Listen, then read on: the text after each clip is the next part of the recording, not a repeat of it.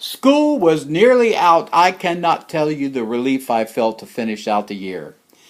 Having survived my infatuation with Jennifer, I had disguised my feelings by using revenge or attempts at ridicule to make it seem that I no longer cared about her.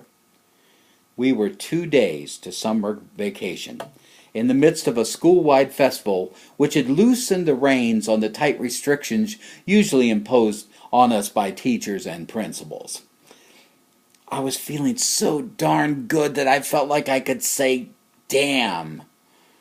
I was in the hallway with my friend Craig when we both noticed that Jennifer was standing next to the boys' locker room door, absent-mindedly staring out the window into the school parking lot. I had an idea.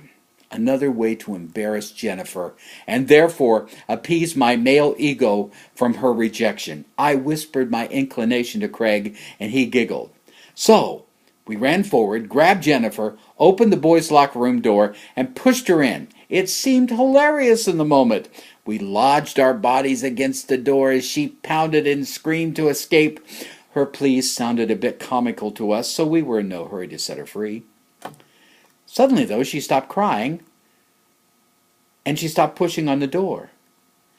So both Craig and I ran back into the festivities, hoping to blend into the crowd so that our misdeed would go unnoticed. Little did we know that in the boys' locker room was Coach Schwartz, and that he had walked out of the shower to discover that Jennifer was there, peering at him, creating what could only be the personification of an awkward moment. He quickly covered himself, ran around to the other door to peek and see who was keeping her from escaping. Now, for a moment, let me talk about Coach Schwartz. He was a collision of cool, crazy, and confusion. He was cool because he was very handsome, and all the girls in the school thought he was dreamy. Crazy because he taught health class, and thinking that he was a doctor, passed out some very erroneous advice. And confusing because he told us at football practice that black people couldn't play quarterback because there was extra oil on their hands and they couldn't hold on to the ball. We also knew that his first name was Jack because he had a paddling board which he used to punish students, which he had surnamed Jack Smack. Now, returning to my story, Coach Schwartz, with his hair still wet from the shower, ran into the festivities, found Craig and me, took us into his office, and explained his overexposure to dear Jennifer. He wasn't mad, but said we would have to be punished.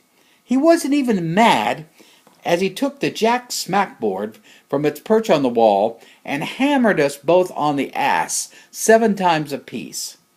Matter of fact, from that moment on, I think he liked us more, winking at us in the hallway as he reflected back on his one-man Chippendale show for Jennifer. Even Jennifer never complained about our prank.